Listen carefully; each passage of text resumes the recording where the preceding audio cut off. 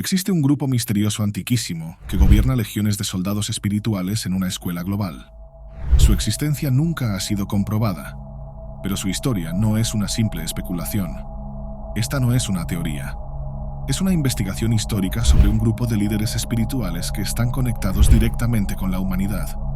Muchos especialistas en el tema los llamarán gobernadores, un conglomerado metafísico de seres que han trascendido lo humano y flotan en el límite de lo sobrenatural.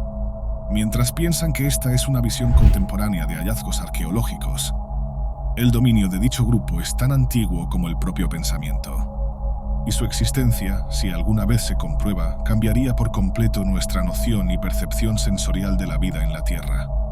Porque lo que teóricos de todo el mundo creen es que existió un grupo antes de la humanidad, antes de nuestras épicas aventuras cósmicas y espirituales a lo largo de nuestra reciente tradición. Pero todo lo que sabemos son fragmentos dejados a lo largo de esa tradición como migajas del tiempo. Cuando juntamos esas piezas, encontramos información interesante sobre el origen y el paradero de esos seres.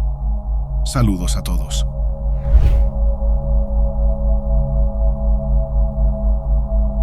Si estás interesado en religión, alquimia, cábala, filosofía o la historia del ocultismo, asegúrate de suscribirte aquí en Camino Etéreo. Cada suscripción es un gran apoyo para los videos que hago en mi canal.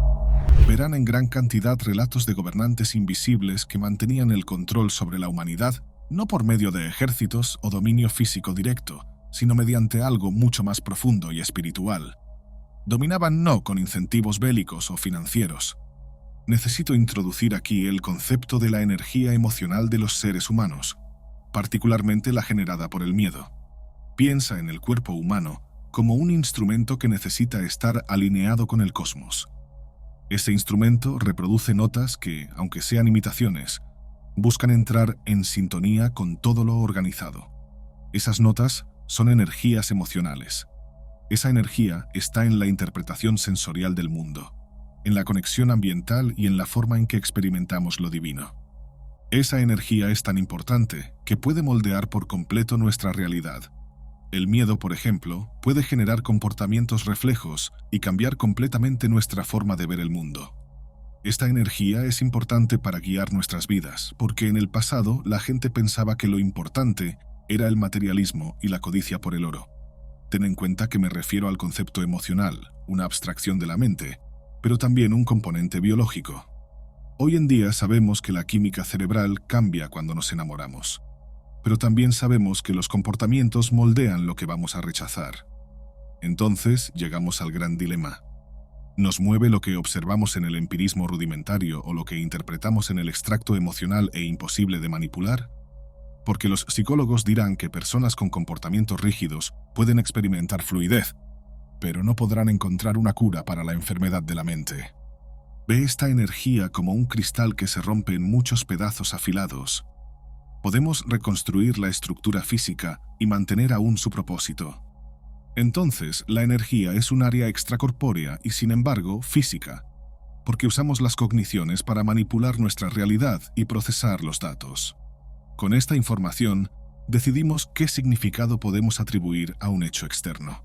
Cada persona tendrá una conexión propia, aunque los resultados suenen similares. Con este significado, nuestra conciencia aprende algo nuevo sobre quiénes somos, lo que debemos rechazar y lo que nos atrae. Estos seres, los gobernantes, sabían esto. Tal vez ellos mismos crearon esta energía como forma de control, y la usaban para controlar una civilización anterior a la nuestra, de la cual heredamos rasgos físicos y las cadenas de la prisión energética que supuestamente orquestaron. Es importante señalar que no estoy tratando de presentar pruebas concluyentes. Estamos hablando de seres superiores que en algún momento también asumirán características ficticias, teniendo en cuenta que una de las teorías más discutidas es la del paleocontacto, ya abordada en el canal. Los divulgadores de esta teoría afirman que grandes construcciones arquitectónicas de la humanidad son creaciones de extraterrestres. Presentan como evidencia el nivel de meticulosidad de las construcciones, los detalles y el orden. Según ellos, sería imposible que civilizaciones antiguas tuvieran el conocimiento necesario para construir monumentos que siguen en pie hasta el día de hoy. Necesitarían un componente avanzado. Serían seres superiores que prestaron un conocimiento ilimitado sobre la tecnología necesaria en la construcción. Lo que siempre me ha parecido interesante acerca de estas supuestas evidencias es que olvidan que la humanidad era intelectualmente avanzada dentro del contexto de la época. También olvidan que la mayoría de nosotros tampoco sabe cómo construir una pirámide, pero entre nosotros algunos sí saben. Es posible que algunos de ellos supieran. Lógicamente, los primeros constructores tendrían un conocimiento aún más superior. Descubrieron cómo hacer algo grandioso sin el uso de equipos modernos. Sabemos que el mayor esfuerzo del hombre fue descubrir formas de trabajar menos y ganar más. Y eso, sin duda, creó una generación de constructores que creían imposible un trabajo tan refinado sin sus computadoras portátiles y proyecciones en 3 dimensiones. Otro punto que considero curioso es que también olvidan que al concentrarse solo en monumentos históricos, nuestra investigación debería volverse hacia lo que se dejó de lado: oculto. Porque la ayuda en la construcción de la pirámide parece tener un mensaje claro que no necesita ser decodificado. Pero, ¿existirá otro conocimiento dejado, algo que aún no hemos descubierto? ¿Será que en la larga historia de tecnologías descubiertas por la humanidad, la mente es el mayor legado de estos gobernantes? No quiero confundirte con estas dos versiones. Algunos afirman que operan en niveles espirituales, por eso dominaron la energía de la humanidad. Otros dirán que son seres evolucionados y gobernaron hasta que extrajeron de la humanidad lo necesario para su próximo viaje, dejándonos huérfanos en busca de sentido. Cuando se fueron, implantaron semillas que nos harían mirar al cielo en busca de los antiguos líderes de la humanidad. Y las tribus que se formaron a partir de la oralidad los transformarían en dioses. Porque desde las primeras civilizaciones registradas, los humanos han buscado explicaciones para fenómenos incomprensibles atribuyéndolos a fuerzas o entidades superiores. Estas figuras eran reverenciadas, temidas o adoradas. En muchas de estas tradiciones, el miedo y el sacrificio eran el principal vehículo de adoración. El miedo, en particular, sería importante durante esta estadía repentina. Su uso variaría según la región y la época. Por ahora, los invito a la antigua civilización de Mesopotamia. Esta civilización, a diferencia de muchas otras, era muy diversa y pasó por largas transformaciones que moldearon su esencia. Estaba ubicada entre 2 ríos, el Tigris y el Éufrates. Allí, los pueblos se unieron y crearon generaciones culturales muy globalizadas, sobre todo con la inserción de los sumerios, acadios y babilonios. Cada uno de estos pueblos dejó un legado cultural que se fusionó con el misticismo y accidentalmente creó una narrativa espiritual. También eran guerreros y expandieron sus fronteras. Como era una región de acceso, las personas que vivían allí nunca eran consideradas extranjeras. Con la expansión bélica, también se dedicaron a temas intelectuales. Una de sus grandes tradiciones, sobre todo hasta el año 539 a.C., fue el estudio de la astronomía. Allí, como pueden suponer, se daban relatos de dioses que exigían rituales constantes, y frecuentemente estos rituales involucraban algún tipo de sacrificio. Se creía que estos sacrificios no eran solo simbólicos, sino tributos verdaderos ofrecidos para mantener el equilibrio entre el mundo de los hombres y el de los dioses. El sacrificio de sangre, en particular, era un acto poderoso en el que el oferente derramaba su energía vital para apaciguar a entidades cósmicas que de otro modo podrían desencadenar catástrofes. Con este compromiso espiritual, la región prosperó por muchas generaciones. Pero el sacrificio no solo traía beneficios para ese pueblo, también revelaba un control. Un ejemplo claro de este tipo de control se puede encontrar en la civilización de los aztecas, una de las culturas más enigmáticas y fascinantes de América Central. Los aztecas creían que el sol solo seguiría saliendo si era alimentado con sangre humana, un sacrificio necesario para mantener el orden cósmico. El miedo a que el sol no volviera a brillar al día siguiente era, por lo tanto, un mecanismo de control íntimamente ligado al miedo. En este contexto, la élite azteca y por extensión las entidades a las que adoraban, se beneficiaba enormemente de este miedo colectivo. La energía emocional generada por los sacrificios y por el miedo a la oscuridad eterna era literalmente lo que mantenía el universo en equilibrio en la visión de estas culturas. No obstante, los aztecas no fueron la única civilización que utilizó el miedo y el sacrificio como formas de control. Civilizaciones antiguas en la India, por ejemplo, hablaban de entidades que exigían ofrendas rituales para mantener la paz entre los reinos humano y divino. En el antiguo Egipto, los rituales de sacrificio no solo involucraban sangre. Dentro de la larga lista se incluían ofrendas de otros tipos, como alimentos y artefactos, siempre con la intención de apaciguar a dioses que de otro modo traerían calamidades a Egipto. Estas entidades siempre otorgaban algo, pero exigían algo a cambio. Y el miedo era el combustible. El beneficio era tan necesario como el aire para respirar. No existía una gratificación egoísta aquí. El sacrificio o la purga de energías era una tarea colectiva y no individual.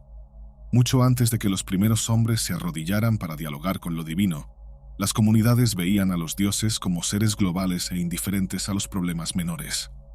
Operaban en niveles superiores y sobre temas pertinentes para la sociedad, no para el individuo. Esto terminó creando una separación emocional entre el hombre y Dios o los gobernantes, porque su función era obedecer órdenes.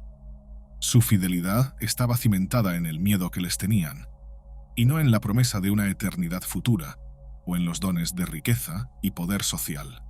Cuando profundicé en estos relatos históricos, me di cuenta de que el miedo y el sacrificio están intrínsecamente ligados en prácticamente todas las culturas antiguas. Y lo más interesante, estos sacrificios muchas veces se realizaban para entidades descritas como no humanas.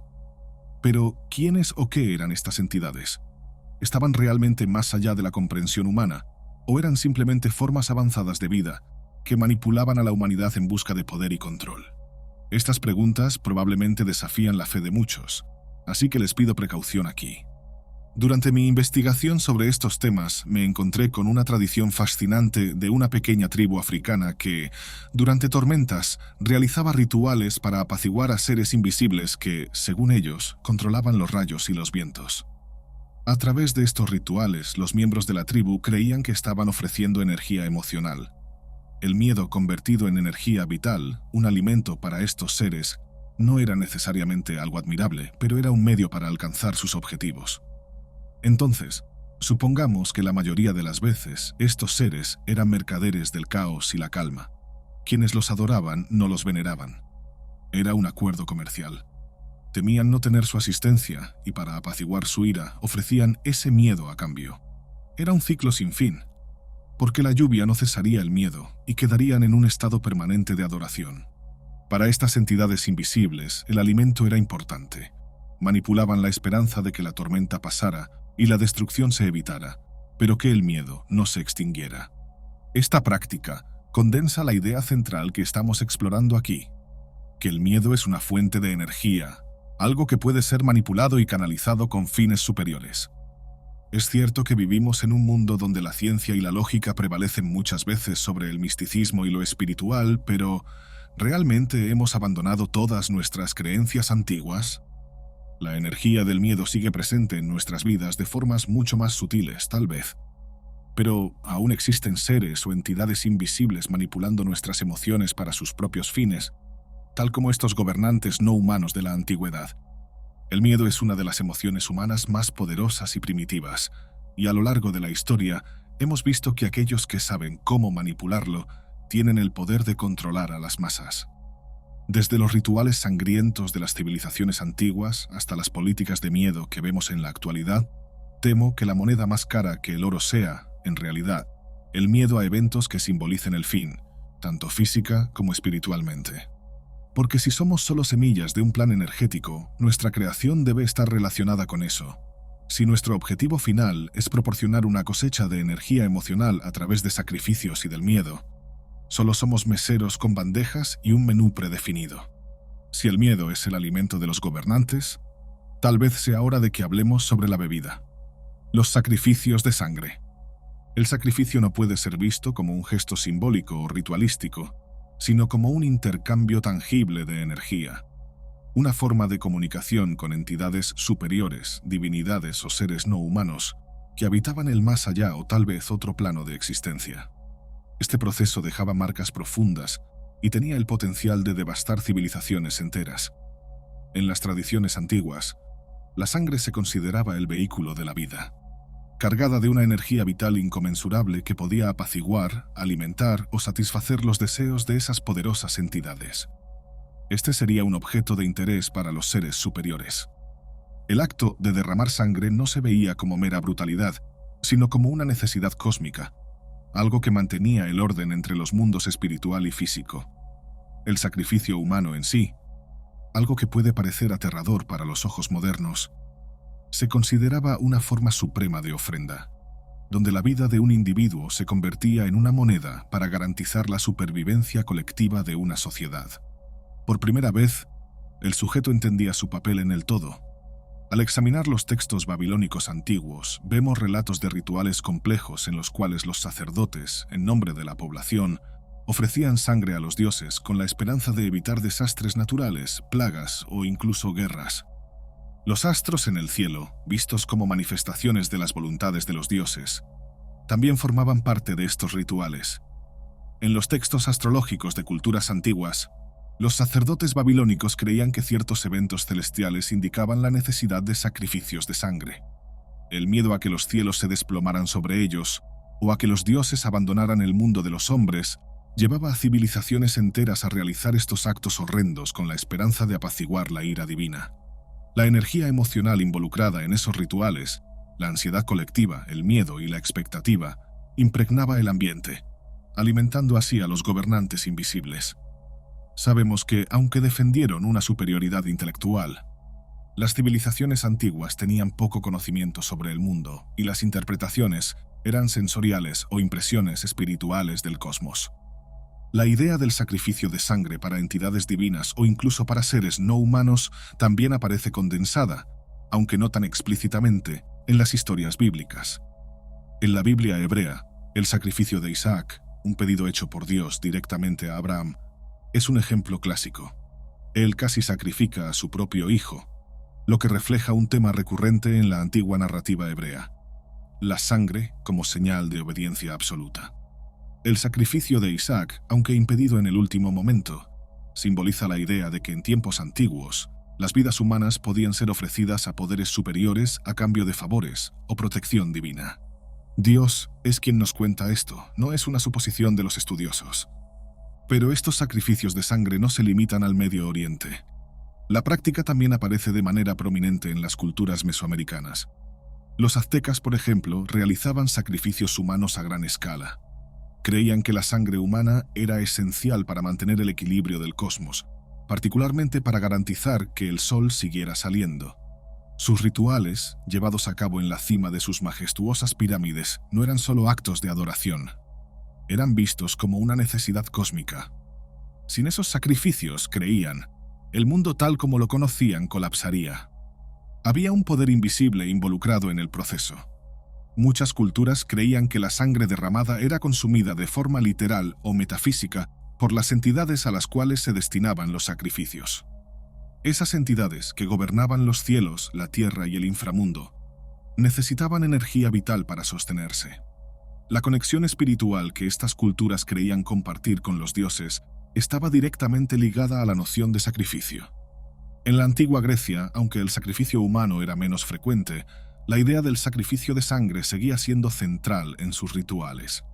Se mataban animales en honor a los dioses y la sangre derramada en el altar se veía como un medio de comunicación directa entre el mundo mortal y el inmortal.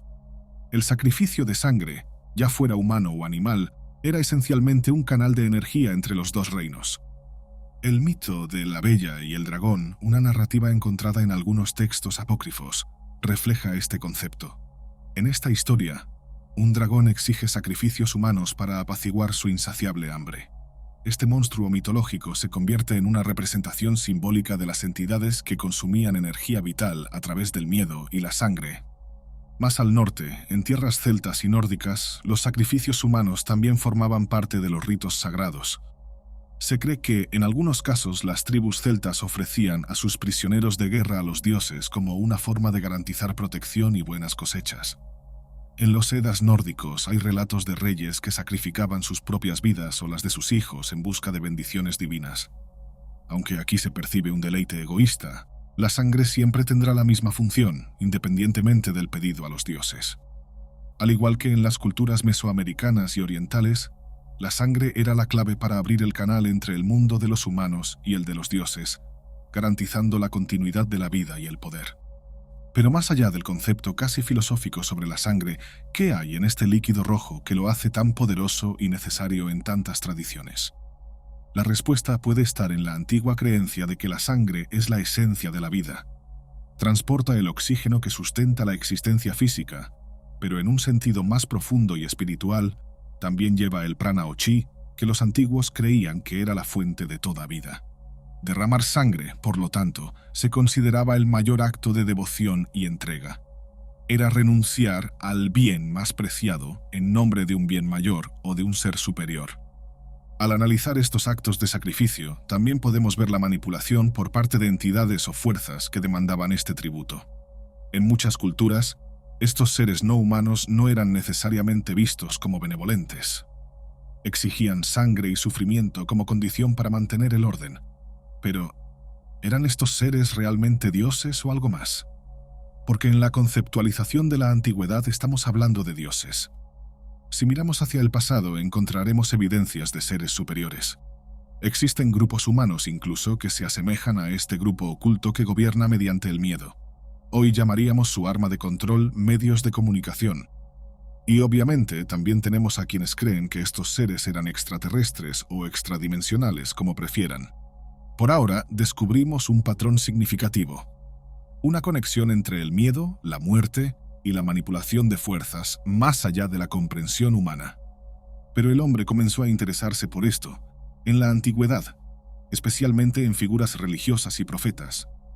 Los profetas siempre estuvieron insertos en grandes tradiciones religiosas y espirituales.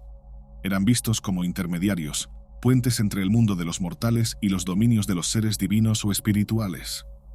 En muchas tradiciones, esos profetas recibían mensajes divinos, tenían la capacidad de acceder a realidades más allá de la comprensión humana y eran ejemplos que debían seguirse. Cuando accedían a diferentes planos de donde capturaban esos mensajes, se comunicaban con entidades no humanas, seres que podrían no ser divinidades, pero que representaban fuerzas más allá de la comprensión terrenal, generando confusión y una nueva era espiritual. Al leer la Biblia hebrea, encontramos varias menciones a profetas que, a través de visiones y sueños, interactuaban con entidades que gobernaban los destinos de reyes y naciones. Uno de los ejemplos que traje hoy es del profeta Micaías en el primer libro de los Reyes. Micaías describe una visión en la cual presenció un consejo divino, el consejo de Elohim, en el que los dioses discutían el destino de los humanos. Elohim, muchas veces traducido simplemente como Dios, en realidad se refiere a un grupo de entidades divinas o sobrenaturales, posiblemente de naturaleza no humana.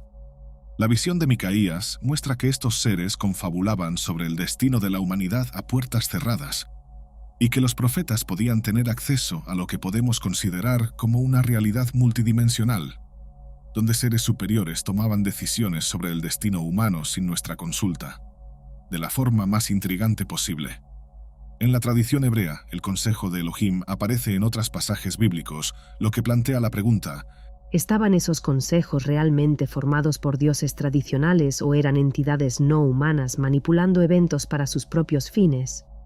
Me pregunto si los profetas, como Micaías, eran meros observadores de este proceso o tenían un papel activo en la comunicación con esas entidades. Es posible que muchos de los dioses con quienes los profetas hablaban no fueran dioses en el sentido tradicional, sino fuerzas cósmicas o seres extraterrestres que ejercían control sobre la humanidad, guiándola de acuerdo con sus designios. Si actuaban a favor de la manipulación o eran manipulados, nunca lo sabremos. Pero dejando de lado a los profetas, en las tradiciones africanas, particularmente entre los yorubas, el contacto con entidades espirituales, que podrían considerarse no humanas, era mediado por chamanes. Estos intermediarios espirituales eran capaces de entrar en estados alterados de conciencia, frecuentemente a través de danzas rituales o incluso el uso de sustancias aromáticas y plantas psicoactivas. Durante estos estados, los chamanes entraban en contacto con fuerzas invisibles que gobernaban el destino de las tribus. Esas entidades espirituales no eran necesariamente benevolentes. Muchas veces exigían tributos o sacrificios a cambio de su protección o guía. El chamán, al igual que el profeta bíblico, era visto como alguien capaz de mediar entre el mundo físico y los dominios invisibles, donde fuerzas poderosas ejercían su control sobre el mundo de los humanos. Domaban lo divino a través de ofrendas humanas. En las culturas tradicionales alrededor del mundo, los profetas eran conocidos por acceder a planos espirituales o divinos, no solo para obtener respuestas, sino también para manipular las fuerzas invisibles que influían en el destino de las sociedades humanas. Los profetas de la antigua Grecia, conocidos como oráculos, eran reverenciados por su capacidad de comunicarse con los dioses, particularmente en momentos de crisis. El oráculo de Delfos, por ejemplo, era consultado por reyes y generales antes de guerras importantes. El oráculo, a través de un estado de trance inducido, se comunicaba con Apolo, el dios de la profecía. Muchos estudiosos levantan la hipótesis de que esos estados de trance permitían a los profetas y oráculos entrar en contacto con entidades, seres interdimensionales, que influían en el destino de la humanidad. Los rituales griegos que involucraban el uso de humo y gases naturales, normalmente encontrados en las grietas debajo del templo de Delfos, revelan que los oráculos podrían estar comunicándose con fuerzas desconocidas. La práctica de la meditación profunda, la danza y el trance también aparece en las tradiciones de los pueblos indígenas de América del Norte, donde los chamanes usaban estados alterados para comunicarse con los espíritus ancestrales, que muchas veces eran descritos como seres de otra dimensión, capaces de moldear el destino de las tribus, si se estaban aventurando en un terreno desconocido con la promesa de dones inimaginables o si formaban parte de un plan maquiavélico organizado por un consejo de seres inescrupulosos. Dejo que ustedes lo juzguen. Pero ciertamente fueron responsables de consolidar la imagen, la adoración y el empeño humano en perseguir lo divino y abandonar lo material en el proceso, modificando narrativas sagradas a lo largo de generaciones. Estas prácticas también fueron adoptadas en varias culturas orientales, como el hinduismo y el budismo, donde los profetas, conocidos como rishis, entraban en estados de profunda meditación para conectarse con entidades espirituales superiores. En el Rig Veda, un texto indio que abordé recientemente en el canal, hay descripciones de sabios que obtenían visiones del pasado y del futuro a través del contacto con esos seres. En muchas de esas culturas, los profetas eran solo intermediarios, pero nunca protagonistas. Pero estoy a punto de convencerte de que tal vez haya algo en la ecuación que no se ha mencionado hasta ahora. Si pensamos en la reencarnación como un concepto presente en varias tradiciones espirituales en todo el mundo, podemos pasar a un nuevo capítulo, porque lo que hace que la reencarnación sea particularmente interesante dentro del contexto de nuestra exploración es la posibilidad de que algunas almas humanas puedan tener orígenes no humanos o extraterrestres. En las tradiciones espirituales orientales, la reencarnación se ve como un ciclo interminable de nacimientos y renacimientos, conocido como samsara. De acuerdo con estas creencias, el alma viaja de una vida a otra, aprendiendo y evolucionando hasta alcanzar el estado final de iluminación o liberación. Sin embargo, en algunas tradiciones, se sugiere que no todas las almas son de origen terrestre. Algunos textos hindúes hablan sobre seres celestiales conocidos como devas, que encarnan como humanos para cumplir misiones espirituales o para ayudar en la evolución de la humanidad. Los rishis indios, sabios que eran considerados profetas y maestros espirituales, también creían en la posibilidad de que las almas pudieran tener origen en planos de existencia superiores. En algunas escrituras antiguas, los rishis mencionan que ciertos seres celestiales asumían formas humanas para compartir conocimiento divino o para guiar a la humanidad en tiempos de crisis. Estos seres podrían interpretarse como entidades interdimensionales o extraterrestres que, a través de la reencarnación, interactúan con el mundo humano. La creencia en la reencarnación también aparece en las tradiciones filosóficas del platonismo. Platón, uno de los filósofos más influyentes de la antigua Grecia, enseñaba que las almas humanas existían en un estado de perfección antes de encarnar en cuerpos mortales. Creía que durante sus varias encarnaciones, las almas buscaban recordar las verdades universales que habían aprendido antes de nacer. Platón también creía que algunas almas no eran originalmente humanas, sino que provenían de reinos superiores donde habitaban seres de gran sabiduría y poder. Estas ideas de que las almas humanas pueden tener orígenes no terrestres ganan aún más fuerza cuando examinamos las tradiciones esotéricas y ocultistas de Occidente. En las tradiciones gnósticas y neoplatónicas, existía la creencia de que ciertos individuos poseían memorias de vidas pasadas en otros planetas o dimensiones. Los gnósticos, en particular, veían el mundo físico como una prisión para el alma, y creían que el verdadero origen de la humanidad estaba en reinos espirituales más allá del mundo material. En algunos relatos modernos encontramos personas que afirman tener memorias de vidas pasadas como seres extraterrestres o como habitantes de civilizaciones avanzadas que existieron antes de la actual era humana. Estas memorias, muchas veces accedidas a través de la hipnosis o meditación profunda, describen experiencias de vida en planetas distantes o en realidades paralelas donde la existencia era muy diferente a la vida en la Tierra. Estas personas relatan que en sus vidas anteriores pertenecían a razas no humanas, algunas de las cuales eran más avanzadas tanto tecnológica como espiritualmente. Estas experiencias de regresión a vidas pasadas plantean preguntas intrigantes sobre la naturaleza del alma y sobre el verdadero propósito de la reencarnación. El concepto de almas extraterrestres también aparece en las obras de Elena Blavatsky y otros teósofos, quienes sugieren que la humanidad es solo una de las muchas razas que habitan el universo. Según la teosofía, existen seres de otros planetas y dimensiones que reencarnan en la Tierra para ayudar a la humanidad a evolucionar espiritualmente. Estas almas, llamadas almas estelares, son portadoras de un conocimiento espiritual avanzado necesario para guiar a la Tierra en su transición hacia una nueva era de iluminación. Para tratar de responder esto, te invito a otra parte de la historia, una que tal vez consideres inusual dentro del contexto estudiado. Ahora hablaré sobre la destrucción de Sodoma y Gomorra, una de las historias más dramáticas y enigmáticas de la Biblia, que revela una destrucción física y espiritual que consumió por completo dos ciudades en una catástrofe de fuego y azufre. Los estudiosos dirán que este pasaje debe interpretarse como un castigo divino debido a la corrupción moral de los habitantes.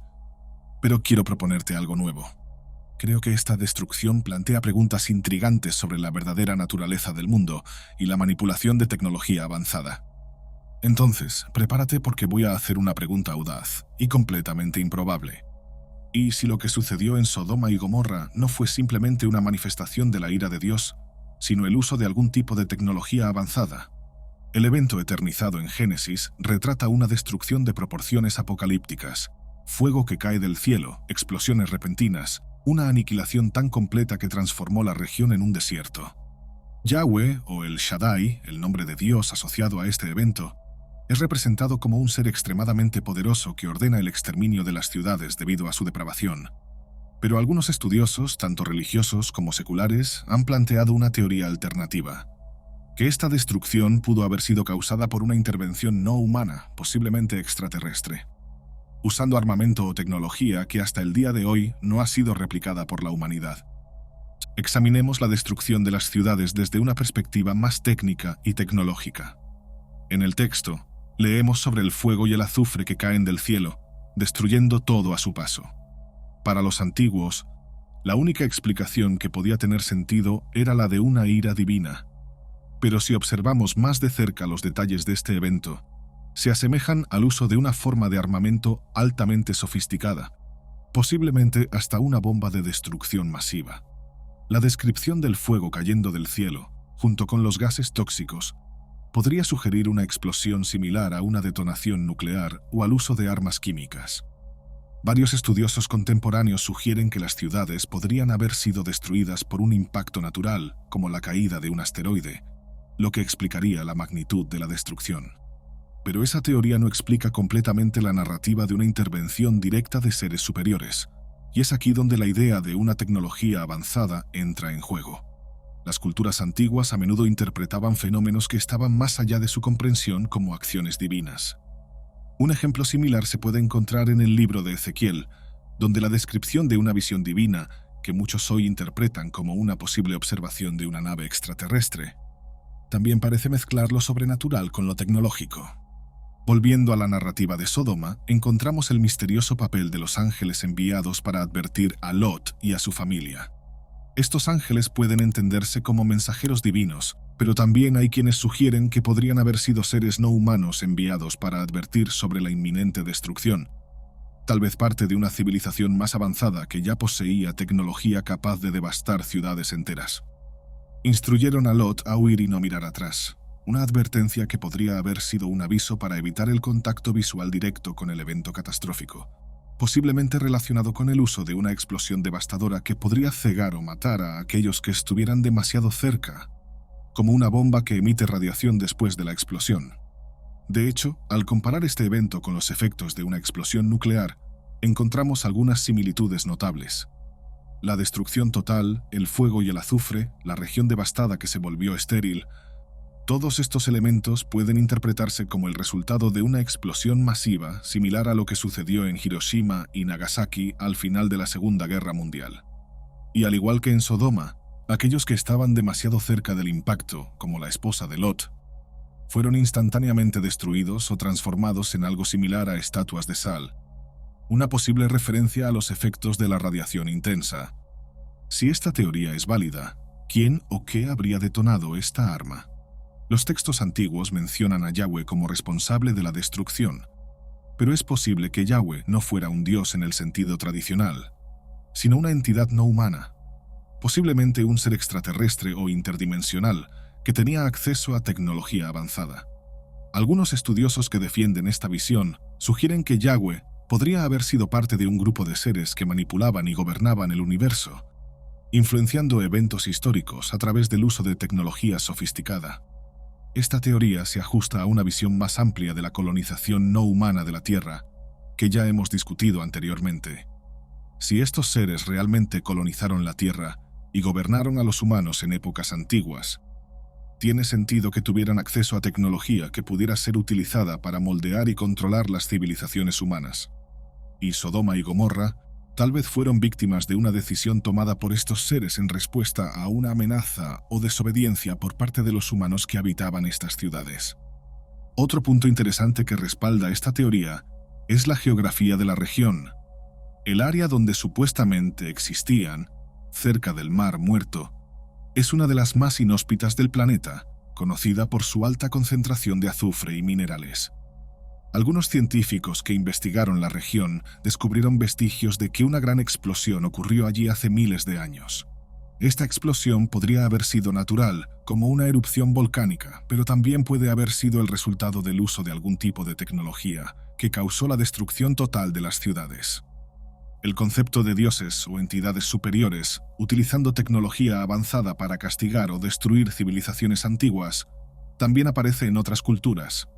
Por ejemplo, en la India, los textos épicos como el Mahabharata hablan de batallas divinas en las que se usaron armas de destrucción masiva, similares a bombas nucleares, para devastar ciudades enteras. Estas descripciones de fuego que brilla tan intenso como 1000 soles se asemejan fuertemente a las explosiones nucleares modernas, lo que sugiere que las culturas antiguas ya tenían un entendimiento, aunque simbólico, de armas avanzadas utilizadas por seres poderosos. Entonces estaríamos ante un patrón.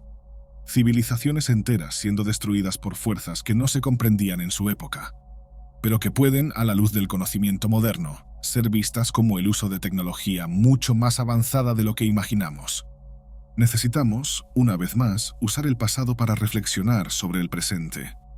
A lo largo de nuestro viaje, hemos explorado historias antiguas, creencias y mitos de diversas culturas que han atravesado los siglos. Aunque muchas de estas narrativas parecen pertenecer a un pasado distante, los temas que tocan miedo, sacrificio, control, permanecen profundamente arraigados en nuestra sociedad actual.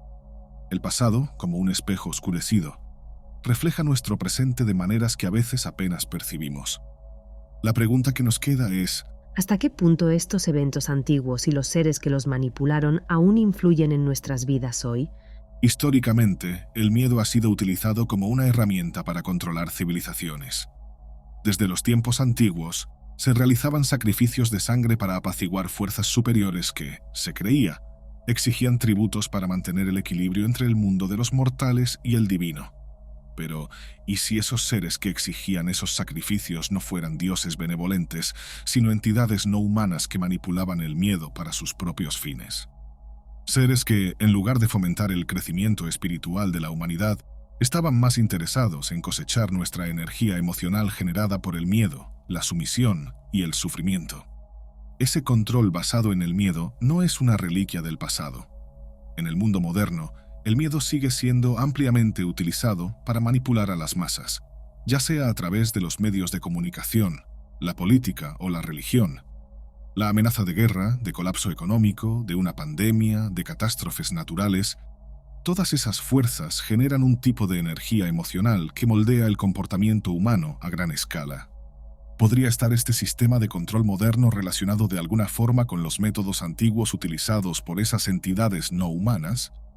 Los antiguos creían que las entidades no humanas controlaban el destino de la humanidad mediante rituales y sacrificios. Hoy esos rituales toman formas más sutiles, pero el objetivo parece ser el mismo: mantener el control sobre la humanidad a través del miedo.